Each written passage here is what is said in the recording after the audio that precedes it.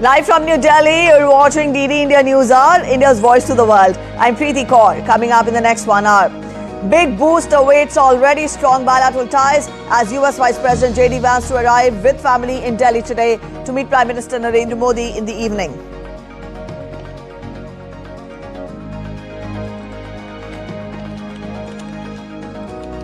Trump hopes for a Russia-Ukraine peace deal this week, promises big business for both sides if a truce is inked. Ukraine asks Russia to halt strike on civilian targets for 30 days.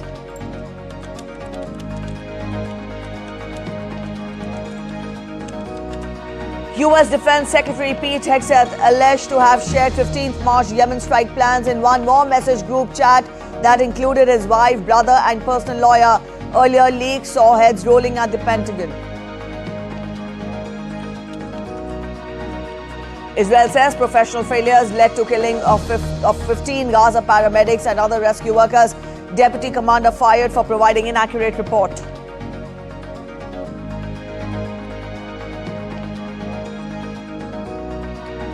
El Salvador suggests prisoner swap with Maduro for Venezuela deportees. Proposes swapping 252 US deported Venezuelans for equal number of political prisoners held by Venezuela.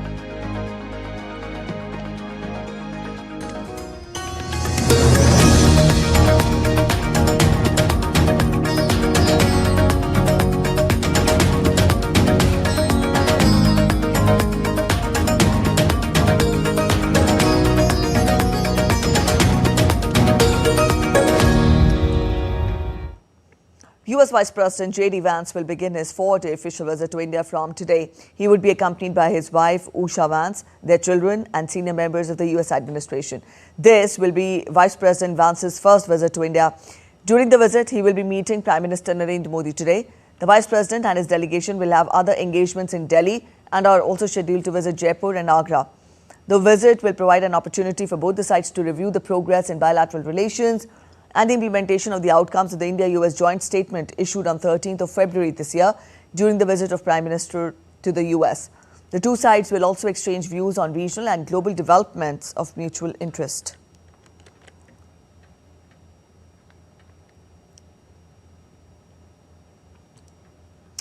Our correspondent Jessica Taneja is joining us to get us more. Jessica, good morning. Now, we've told our viewers about the upcoming visit of US Vice President. He will be arriving today and he will also be meeting Prime Minister Narendra Modi in the evening. Very quickly, get us more as to what is to be expected on the agenda. An important visit by the Vice President of the United States, JD Vance, to India, as you pointed out, along with his family and the children who will be here in New Delhi and will land, in fact, in just about 2 hours from now, while New Delhi waits for his arrival here in some time. Well, the engagement so far as the day goes, as you mentioned, meeting with the Prime Minister and also other officials throughout the day, and also visiting key cultural centers in Delhi, details of which will be given a little later.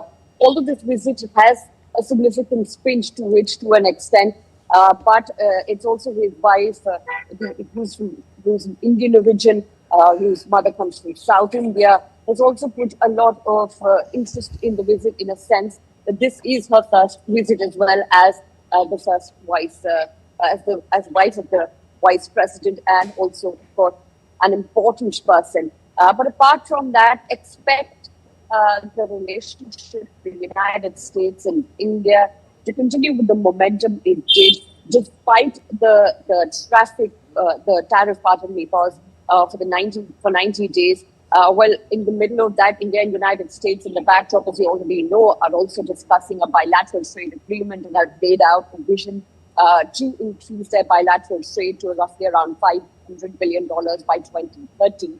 And the trade negotiations continue while we speak, but that will not be an important, that will not be the only part of his visit, but also the first visit, in a sense, to get to know the Indian side and the Indian polity, as well as the visit of the Vice President, in a sense, where meeting with the Prime Minister now to see the previous visits from the United States and the officials. Tulsi Gabbard was in India, the Director of National Intelligence, just about a month ago.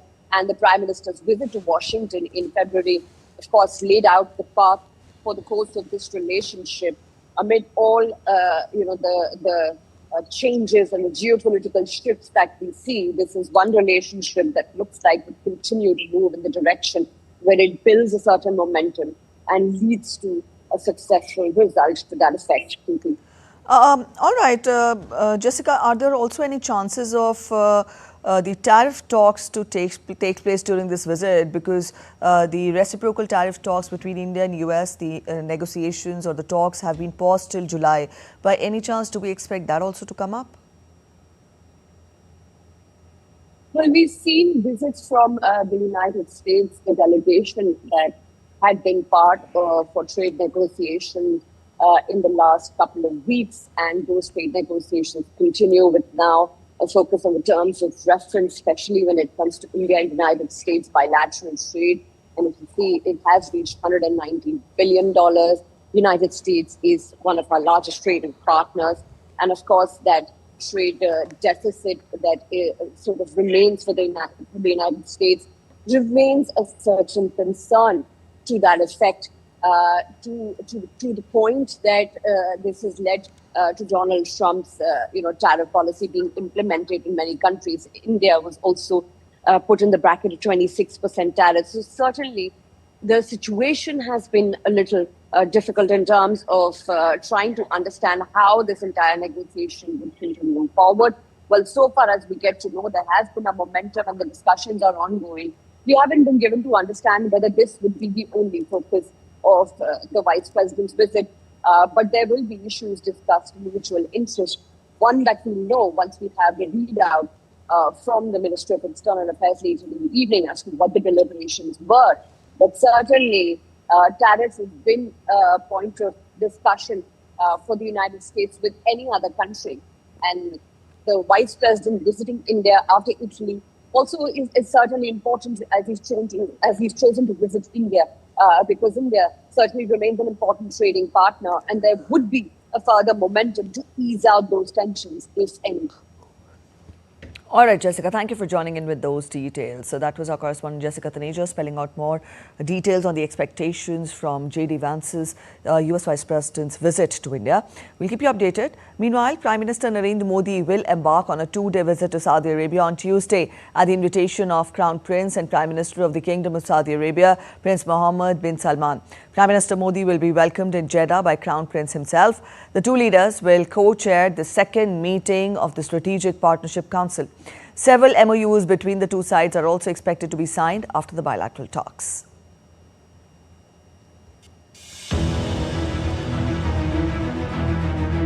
Bolstering defence and economic ties will be the key focus for Prime Minister Modi when he comes calling on Saudi Arabia on Tuesday. Crown Prince Mohammed bin Salman will receive Prime Minister Modi here in Jeddah, and the two leaders will co-chair the second meeting of the Indo-Saudi Arabia Strategic Partnership Council. This will be Prime Minister Modi's first visit to the kingdom during his third term as Prime Minister, though the Prime Minister has previously visited Saudi Arabia twice in 2016 and 2019. The visit is important also on account of the obvious significance of Saudi Arabia as a strategic partner for India. You're aware of the salience that this relationship has for India's energy security. Saudi Arabia hosts a very large Indian expatriate community, possibly the second largest expatriate community of its kind anywhere in the world.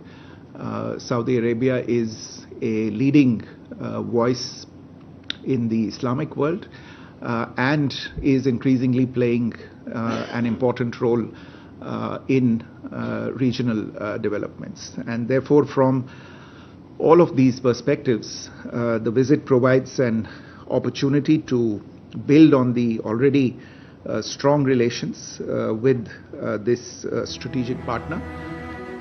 The visit would see signing of several memoranda of understanding between the two sides in various sectors, including energy.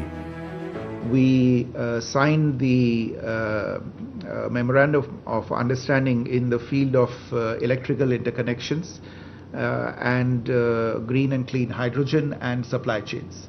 The electricity grid interconnection MOU is something on which work is expected to start imminently in terms of a study to lay out the feasibility of this connection, but we see the possible agreements between the two countries on clean hydrogen as another very important trade-linked initiative under this.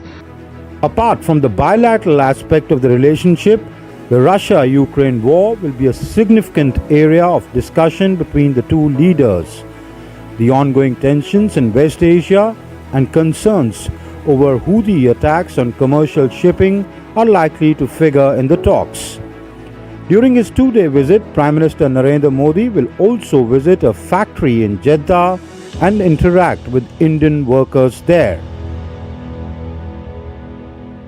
Given that Saudi Arabia is home to a 2.7 million strong Indian diaspora, the talks would focus on how to increase the participation of Indian workers in Saudi Arabia's economy. The Prime Minister shall also be visiting a factory to meet Indian workers here.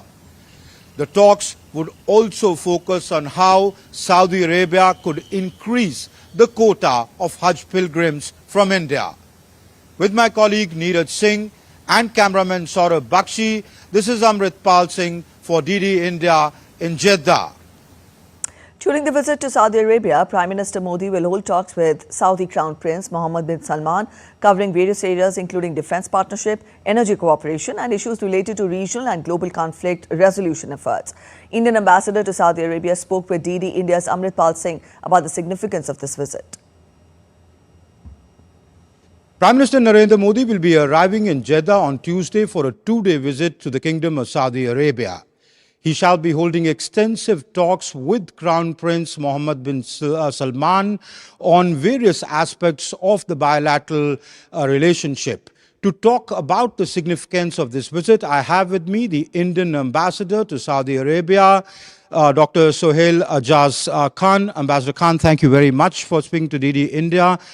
What is the significance of the Prime Minister's visit and why this visit now? Our relationship with Saudi Arabia in last few years have really strengthened and diversified. Our strategic partnership now is on a very, very solid footing. And during this visit, Honorable Prime Minister and his counterpart, His Royal Highness Crown Prince, will be chairing the second leaders level meeting of the Strategic Partnership Council, and under it a host of issues will be discussed on the economic partnership, on the defense partnership, on the political relationship. So we are expecting a very, very, very fruitful visit, very good discussions and very, very important outcomes. Ambassador, you talk about the outcomes. Several MOUs are expected to be signed during this visit. Could we expect something on green energy? Both the sides are working on a feasibility study to connect the electrical grids between India and Saudi Arabia. Basically, the idea is to utilize the opportunities of the renewable energy, green energy, which is available in both the countries for the exchange of electricity. So that is a very ambitious program. That is an ongoing program. My final question to you, Ambassador Khan. Prime Minister shall also be visiting a dates factory where Indian workers are working. There is a huge diaspora, Indian diaspora working in Saudi Arabia. How does that augur, or where does that fit in the bilateral relationship? What is their contribution? Where do you see this going? The Indian community in Saudi Arabia is growing.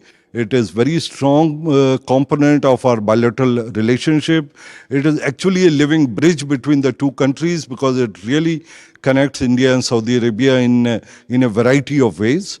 Our community has participated in the development of Saudi Arabia, so they have made huge contributions. It really plays a very important role in the bilateral relations. So the Indian diaspora plays an important role in the bilateral relationship, and that's why the Prime Minister, even the last time around he was in Riyadh, took time off to meet with the Indian workers. He shall be doing the same here this time around, given the fact that Saudi Arabia has the second largest Indian diaspora outside India, residing here, working here, that contributes to the economies of both nations. And therefore, the world would be closely looking at how what the two leaders discuss and what the outcome of this significant visit would be. With cameraman S. Jaishankar, this is Amritpal Singh for DD India in Jeddah. You're watching DD India News. We're heading for a short break, but after the break, Finance Minister to deliver a keynote address at the Hoover Institution at the Stanford University and also interact with top CEOs from IT firms based in San Francisco. Rescue operations underway in Jammu and Kashmir's Ramban district as a devastating cloud burst causes massive devastation. Gandhi Sagar Wildlife Sanctuary in Mandsaur district of Madhya Pradesh welcomes 2 new members. Stay with us to know who these new entrants are.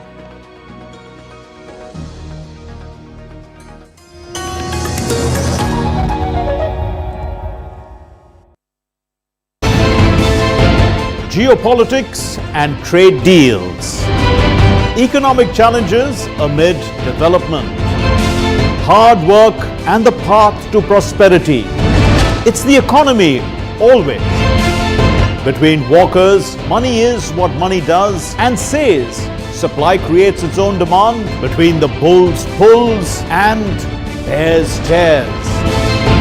When supply chains globalization and India rises to the podium. We'll get you centered with the economic brief at 8 p.m. every Thursday on DD India.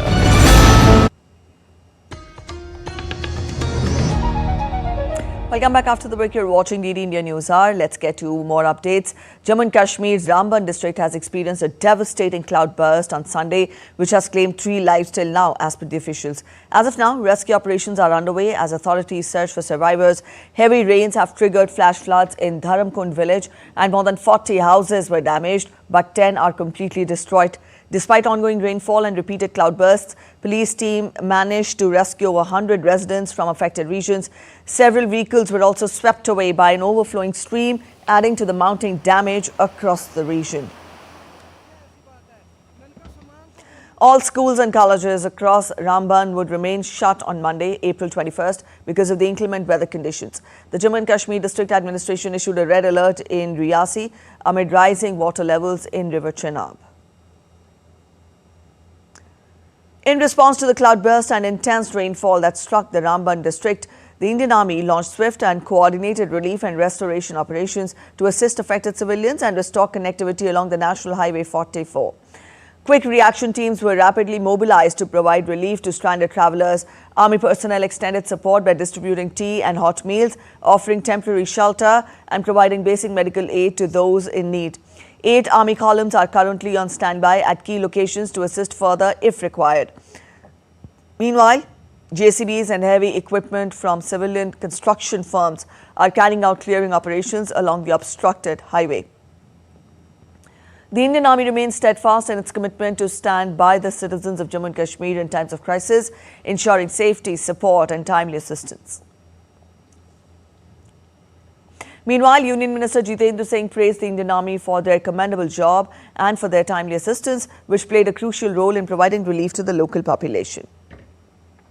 Sharing it on X, he wrote, and I quote him, "In the aftermath of the torrential hailstorm yesterday, while the district administration team led by energetic DC Basir Haq has been commendably on the job since last night, it is time also to acknowledge and thank the Indian Army for their timely assistance, which played a crucial role in providing relief to the local population.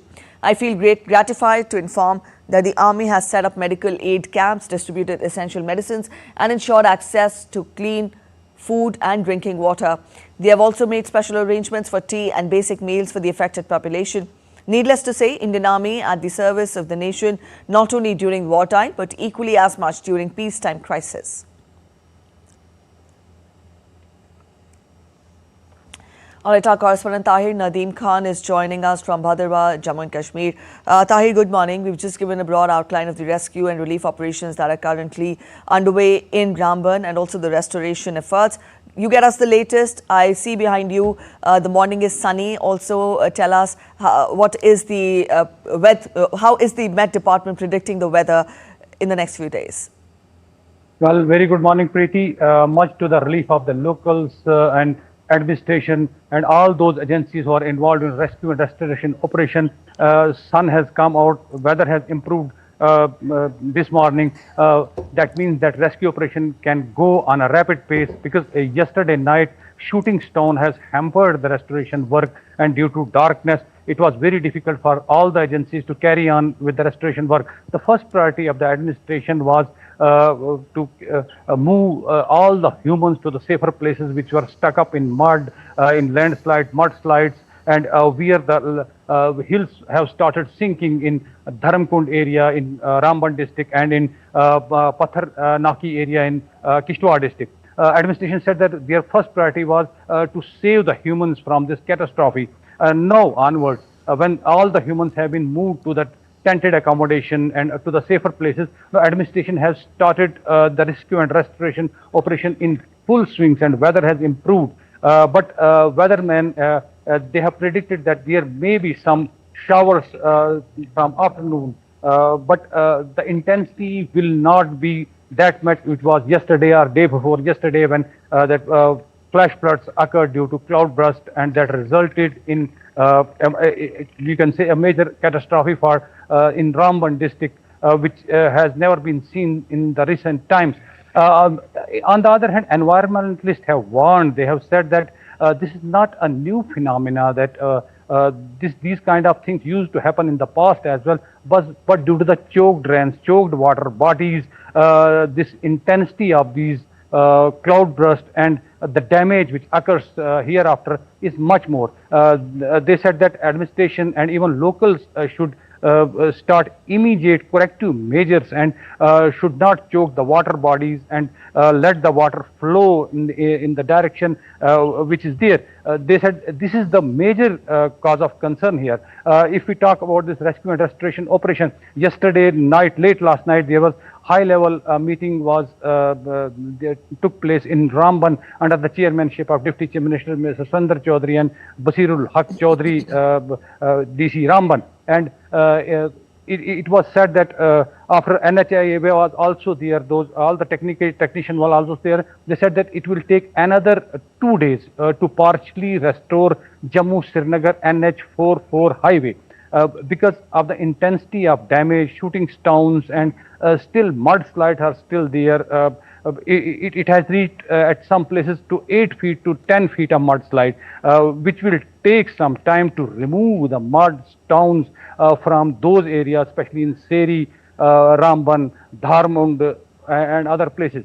Although administration is trying its best, they have not only NHIA's official, they have put in their men and machinery, but they have also involved private parties, private contractors, where even the army is providing their technical support, and even they have also provided machines so that this highway could be restored at the earliest. Meanwhile, army has also come to the rescue of those stranded. There are at least 1,500 vehicles are stranded between Nashri Tunnel and Banial, both these commercial vehicles and light vehicles.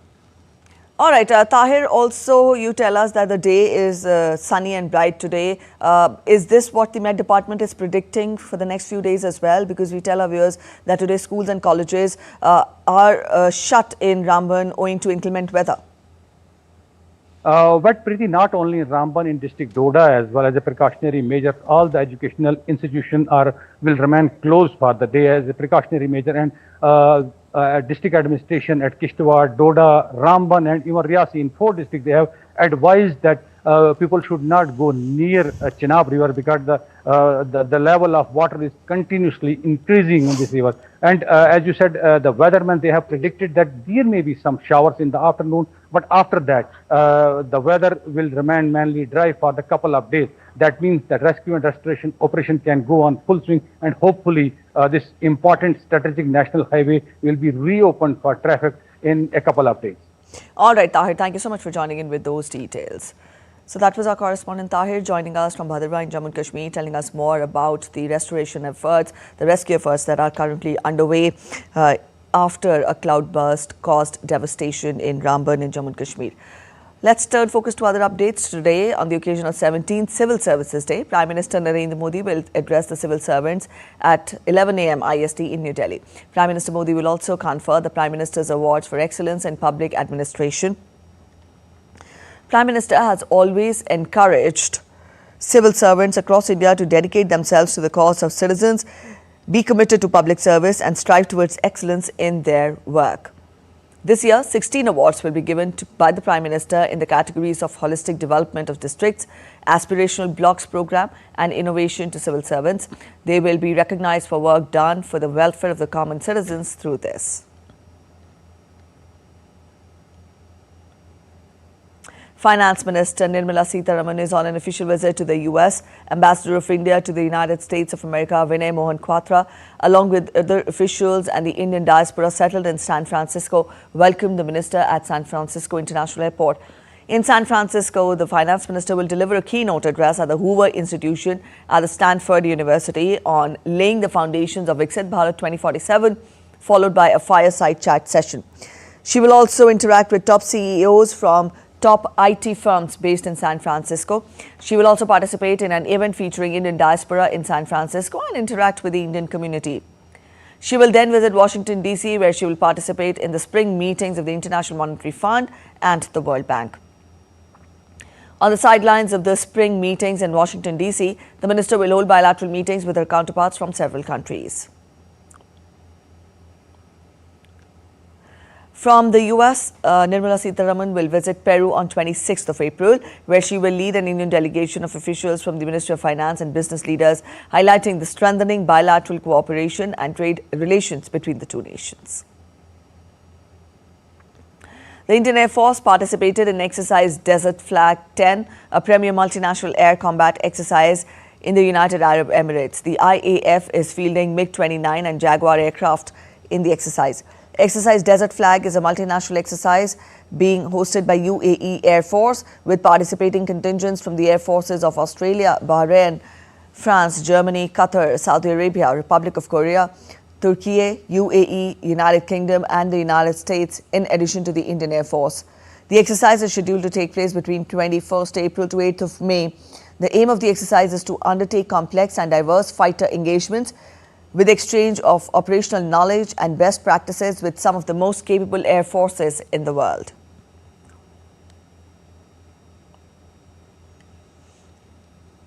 Let's take a look at other stories making it to the headlines from across India. The Supreme Court is slated to hear on Monday a public interest litigation seeking the formation of a 5-member Judicial Inquiry Commission under the chairmanship of a retired Apex Court judge to inquire into the violent protests that erupted against the Waqf Amendment Act 2025 in West Bengal's Murshidabad.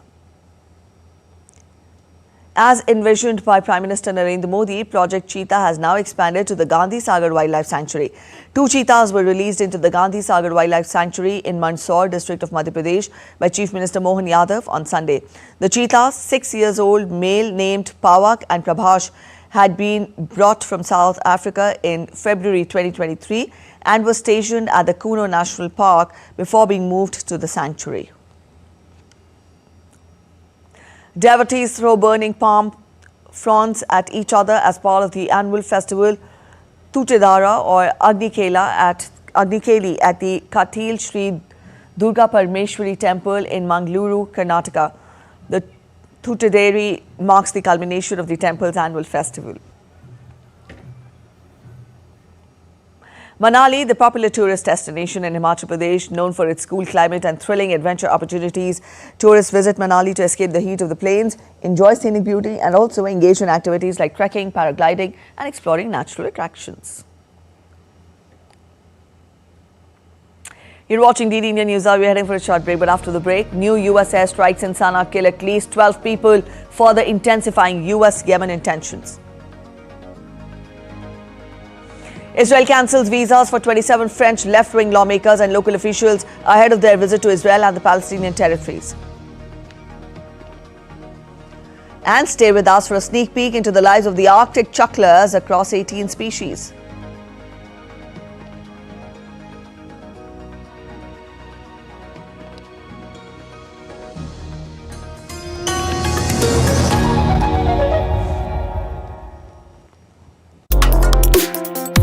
Complex issues, hidden agendas, twists and turns, strategic games. We think all dots are linked. We just need to connect them. Join me every week as I connect the dots to unravel hidden designs in statecraft, mysteries, and decode issues that matter to you. Watch Connecting the Dots with me at these times on DD India.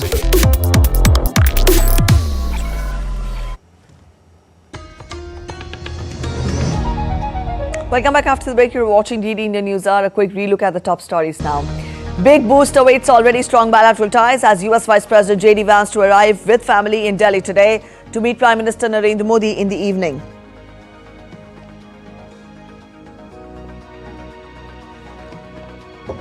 Trump hopes for a Russia-Ukraine peace deal this week, promises big business for both the sides if a truce is inked. Ukraine asks Russia to halt strikes on civilian targets for 30 days.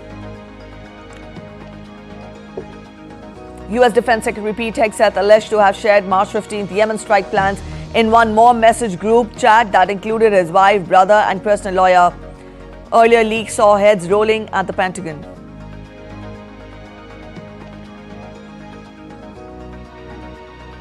Israel says professional failures led to killings of 15 Gaza paramedics and other rescue workers. Deputy commander fired for providing inaccurate report.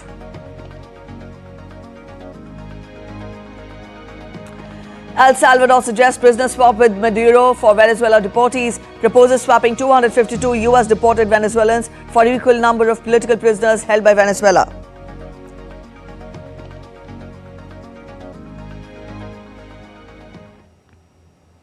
Hoping for peace, Ukraine has proposed that Russia abandon drone and missile strikes on civilian infrastructure for at least 30 days. US President Donald Trump came out with a new startling announcement on Sunday regarding the Russia-Ukraine peace deal. Earlier on Friday, Trump had said that he would end US efforts to halt the Russia-Ukraine conflict unless the two sides moved towards an accord. United States Special Envoy to Russia and Ukraine, General Keith Kellogg, said on Sunday that President Donald Trump's team will return to London this week for ceasefire talks on Ukraine, but a NATO membership was off the table. Kellogg also said that a minerals deal was part of the solution for a comprehensive ceasefire and permanent peace deal.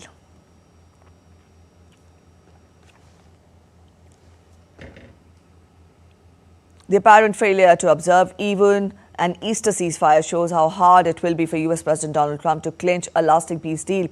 On social media, Ukraine's Zelensky proposed a halt to any strikes using long-range drones and missiles on civilian infrastructure for a period of at least 30 days. He made a similar proposal for 30 days peace at the beginning of the weekend in response to Putin's announcement of the Easter truce.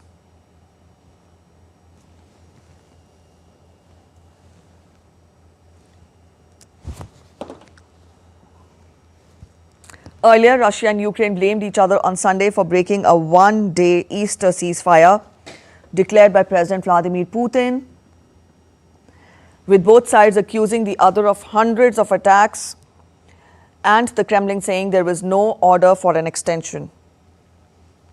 Russia, which has called the ceasefire talks difficult, accused Ukraine of breaching the truce. Moscow said it had repelled Ukrainian assaults and accused Kyiv of launching hundreds of drones and shells, causing civilian casualties.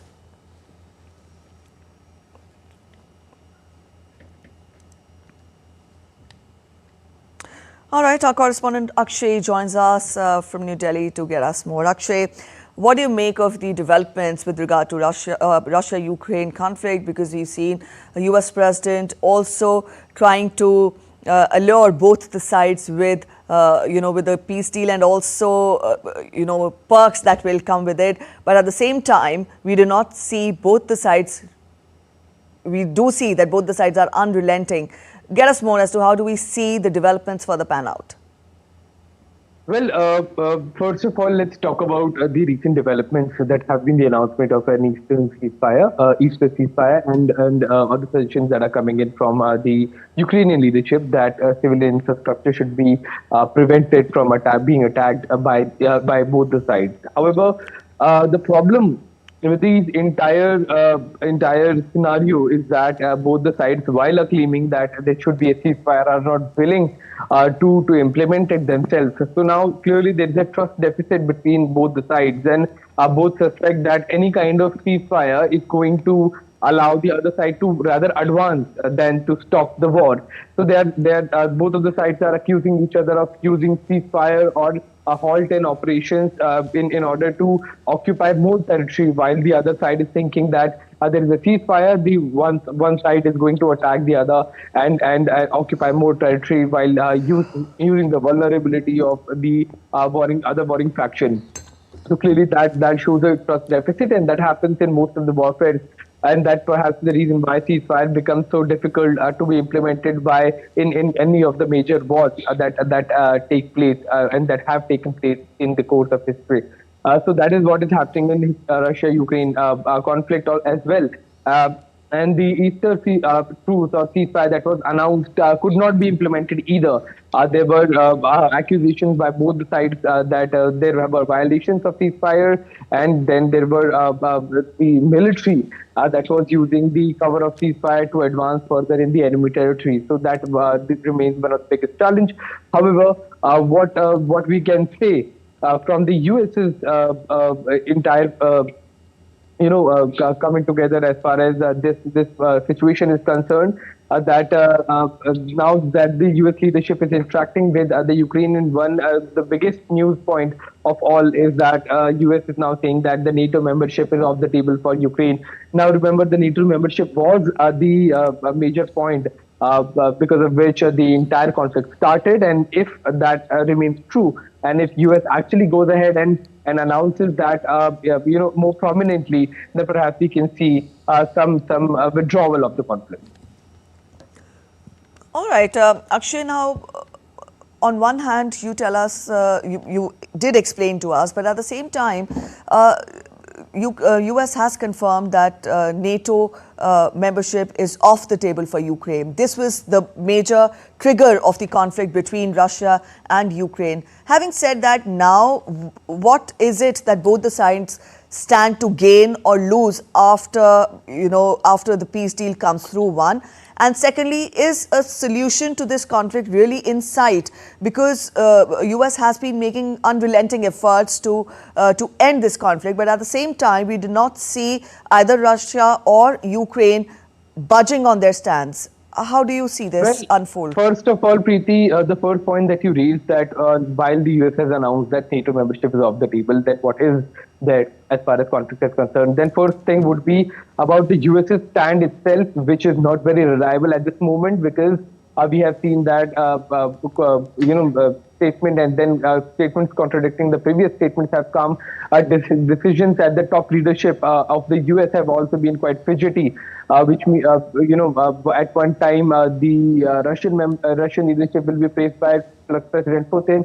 Then there will be some other kind of reaction coming in from the White House, that the US has, the Russian side is not actually going ahead with the ceasefire, or that more sanctions have to be put in place in order for Kremlin to be pressurized into accepting the ceasefire. At one point, Trump says that everything is going well. Then on the other hand, President Zelensky is scolded in White House, quite out in public view. So even if the US has announced, it seems that it's going to take a lot of time for the leadership to actually, even the Russian leadership, to actually believe that whatever statement is coming out from the White House is actually true and is implemented on the ground, because there are several statements nowadays coming out from the White House, and then a few days later they are retracted as well.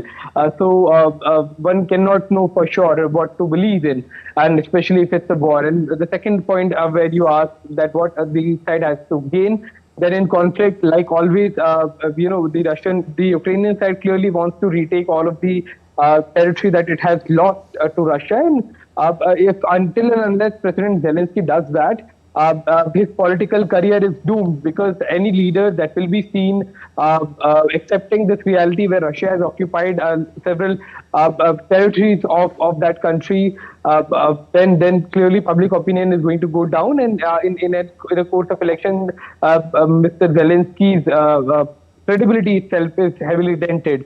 Similarly, for Russia, Russia wants these areas that it has occupied and has called the home of Russian people or Russian-speaking people. So clearly, it is no good to budge. As far as Donetsk region is concerned, Donbass region, other regions where Russian speakers are in majority, because Russia has been calling it an unfair giving of territory to the Ukrainian side when the Soviet Union disintegrated. So clearly, both the sides have their own points and ideologies, and until and unless they achieve that, their political motive behind the war remains incomplete. All right, that was the political motives. But Akshay, very quickly, when the US rules out NATO membership for Ukraine, does this mean the end of Ukraine's ambition for NATO membership? Well, not at all, because still Europe is there to push that. All right, Akshay, we leave it here. Thank you so much for joining in with those details. So that was our correspondent Akshay spelling out more details and helping us understand the Russia-Ukraine crisis and the developments better. China on Monday hit out at other countries making trade deals with the United States at Beijing's expense, promising countermeasures against those who appease Washington in the blistering tariff war. A number of countries are now engaged with negotiations with the United States to lower the tariffs, parallel to Washington's full trade war against top US economic rival China. But Beijing warned nations on Monday not to seek a deal with the United States that compromised its interests. In a statement, spokesperson for Beijing's Commerce Ministry said, appeasement will not bring peace and compromise will not be respected. While the rest of the world has been slapped with a blanket 10% tariff, China faces levies of up to 145% on many products. Beijing has responded with duties of 125% on the US goods.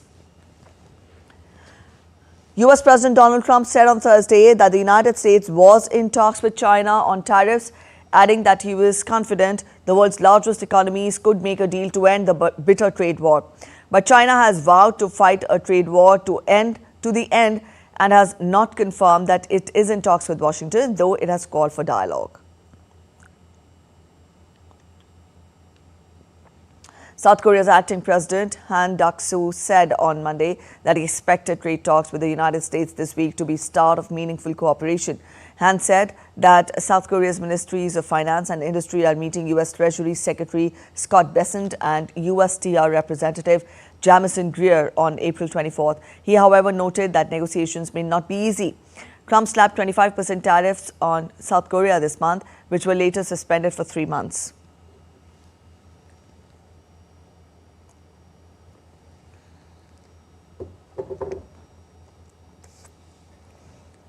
Meanwhile, Seoul proposed last week on Friday a supplementary $8.6 billion budget to counter heightening risks to economic growth in the face of a global trade war and domestic uncertainty.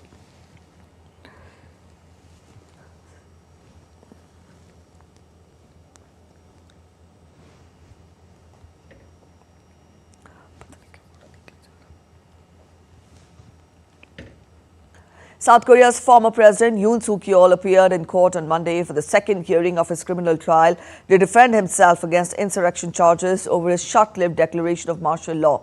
Yoon was formally stripped of office earlier this month after being impeached and suspended by lawmakers over his December 3rd attempt to subvert civilian rule, which saw armed soldiers deployed to parliament. If found guilty, Yoon would become the third South Korean president to be found guilty of insurrection after 2 military leaders in connection with a 1979 coup. Separately, last week, police attempted to raid Yoon's former presidential office and his security detail as part of a probe into alleged obstruction of an arrest warrant execution, but failed after presidential security denied them permission to enter the residence. Yoon spent weeks holed up in his compound in January, protected by the members of Presidential Security Service who had remained loyal to him.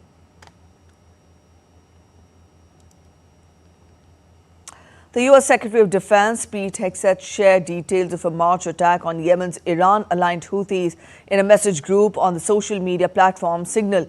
Reported by the New York Times on Sunday, the group included his wife, brother and personal lawyer, which has raised questions about Secretary Hegseth's use of an unclassified messaging system to share highly sensitive security details.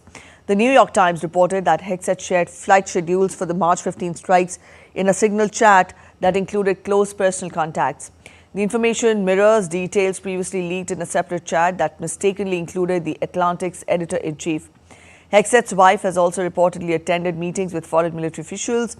The leak investigation has led to the removal of advisor Dan Caldwell from the Pentagon and placed 2 other officials on administrative leave.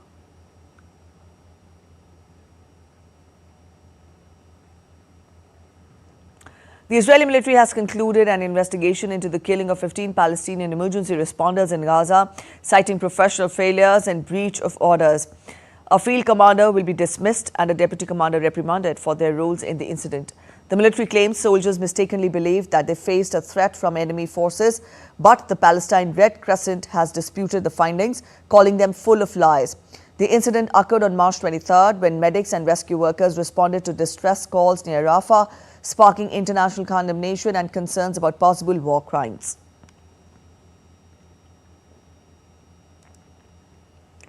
Yair Lapid, Israel's opposition leader, has warned of potential political violence due to a campaign of hate against Ronen Bar, the head of Shin Bet Internal Security Agency. Lapid stated that the situation could lead to a political murder and urged Prime Minister Netanyahu to stop the incitement against Bar.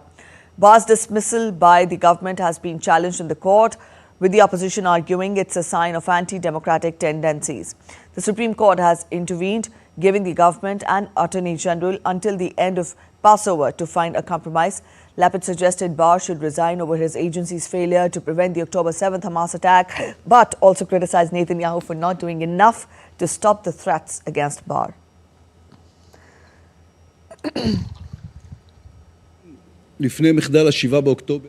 2 weeks before the October 7 catastrophe, I held a press conference warning that we were heading to a war and a security catastrophe. The government refused to listen. Now, I want to warn again, this time based on clear intelligence information, we are heading to a new catastrophe. This time, it will come from within. The levels of provocation and madness are unprecedented. The red line has been crossed. If we don't stop this, there will be a political murder here. Perhaps more than one. Jews will kill Jews. The most serious threats are directed against Shin Bet chief Ronen Bar. Israel's government cancelled visas for 27 French left-wing lawmakers and local officials 2 days before they were to start a visit to Israel and the Palestinian territories. The action came only days after Israel stopped 2 British members from parliament from governing Labour Party from entering the country. It also came amidst diplomatic tensions after President Macron said that France would soon recognize a Palestinian state. Macron has in turn sought to pressure Netanyahu over conditions in Gaza amid the Israel-Hamas war.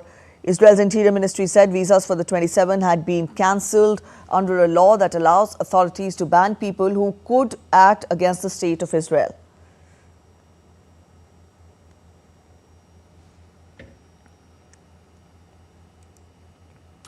Tension between US and Yemen have further escalated after the new US airstrikes on the Yemeni capital Sana'a killed at least 12 people and wounded 30. The US military has been carrying out almost daily attacks for the past month, saying it was targeting the Iran-backed Houthi terrorists to stop attacking on international shipping in the Gulf. US strikes on the Ras Isa oil port on Thursday killed at least 80 people and injured 150. The Houthis say that they started missile attacks in solidarity with Hamas. US airstrikes started in January 2024 but have been stepped up since President Donald Trump took office this year.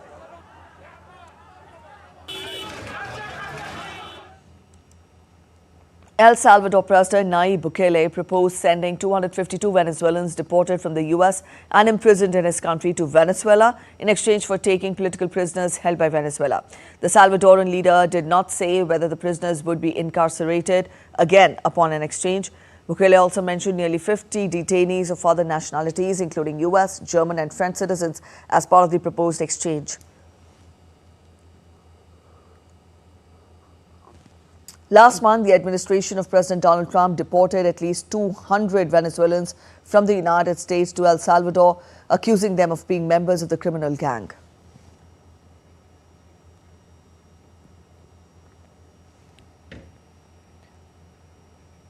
And now we take a look at other stories making it to the headlines from across the world. The challenges and lives of penguins around the world are brought to life in Secrets of the Penguins. The three-part series, filmed over 2 years, explores the lives of penguins across 18 species, from Antarctica to the Galapagos.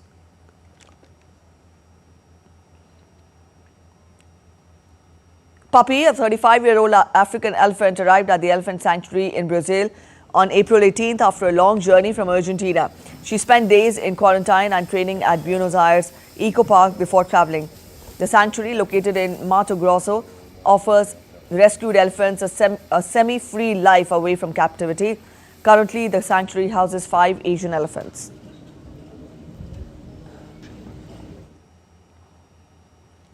Draped in vibrant costumes, participants of all ages filled the streets of Lagos for the Fanti Festival, a celebration of Afro-Brazilian heritage rooted in the legacy of formerly enslaved people who returned from Brazil. The event featured stilt walkers, dragon dances and traditional music, preserving ancestral memory while reflecting on the enduring cultural ties between Brazil and Nigeria. The 37th annual Easter egg throwing challenge took place in the western German town of Horizon on Sunday. The event saw hard-boiled eggs being tossed in an attempt to break the long-standing record of 38 meters set in 2002 while preserving their brightly colored shells.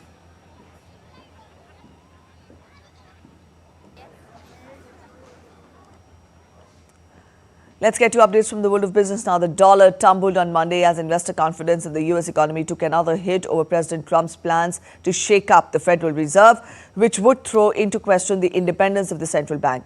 White House economic advisor Kevin Hegseth said on Friday that the president and his team were continuing to study whether they could fire Fed Chair Jerome Powell, just a day after Trump said Powell's termination cannot come fast enough as he called for the Fed to cut interest rates.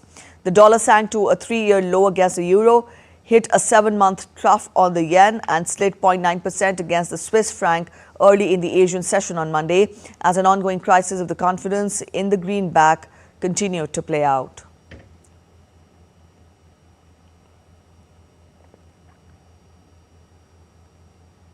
An update on Finance Minister Nirmala Sitharaman's US visit again. News coming in that Sitharaman has interacted with the Indian diaspora in San Francisco.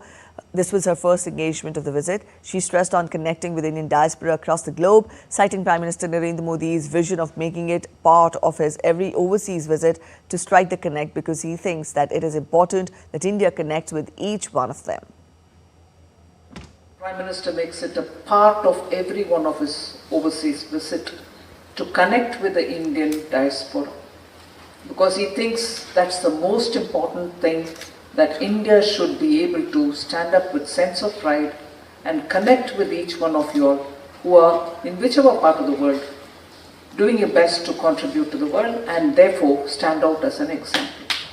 She also said that India is now the fastest growing economy. She said that IMF and World Bank are today recognizing the immense potential that exists in India.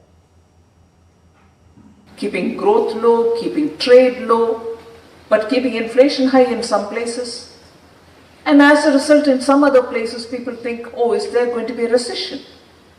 But in this environment, if India is recognized for its potential, the economic strength that it has, if you high-end achievers in this area see the potential to partner with India, individually or commercially, cooperation to cooperation, you benefit, United States of America benefits, India benefits, Indian businesses benefit, and together we are going to have to lift the global trade and growth.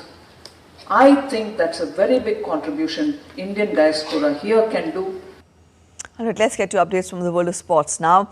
India's Arya Bose and Rudraksh Patel clinched their silver medal in the 10 meters air rifle mixed team event at the ISSF World Cup in Lima, the capital of Peru. The Indian pair lost a tightly contested final 11-17 to the Norwegian duo of Jean-Hermann Hegg and Jeanette Doucet on Sunday, setting for a well-fought silver. Earlier, Rudraksh Patil had endured a forgettable outing in an individual event. Despite qualifying in the third place, the former world champion was eliminated early after an error in the final. The 20-year-old bounced back strongly in the team event alongside Arya Bose to deliver another medal for India.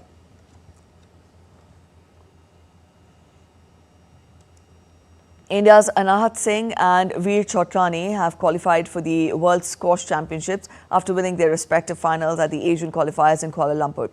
Anahat beat Hong Kong's Toby Zay for 3-1 in the final. The Indian squash player did not drop a single game in the Asian qualifiers before the final, while Veer Chotrani defeated local favourite Amishenraj Chandran 3-0 in the final to seal his berth.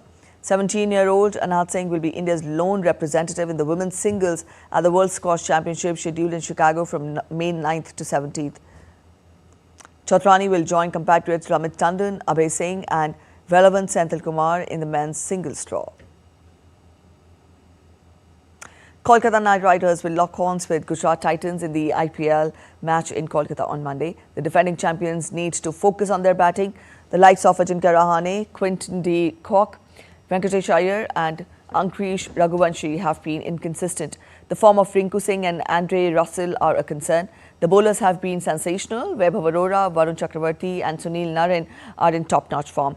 On the other hand, the table toppers Gujarat Titans have been excellent. Their top three batters, Shubman Gill, Sai Sudarshan and Jos Butler, have been spectacular. Among the bowlers, Prasidh Krishna has been the most consistent one, while Mohammad Siraj and Sai Kishore have been impactful.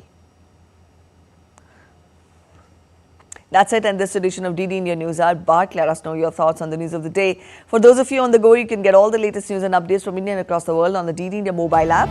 This app is available on both Android and iOS platforms, and you can download the respective QR codes.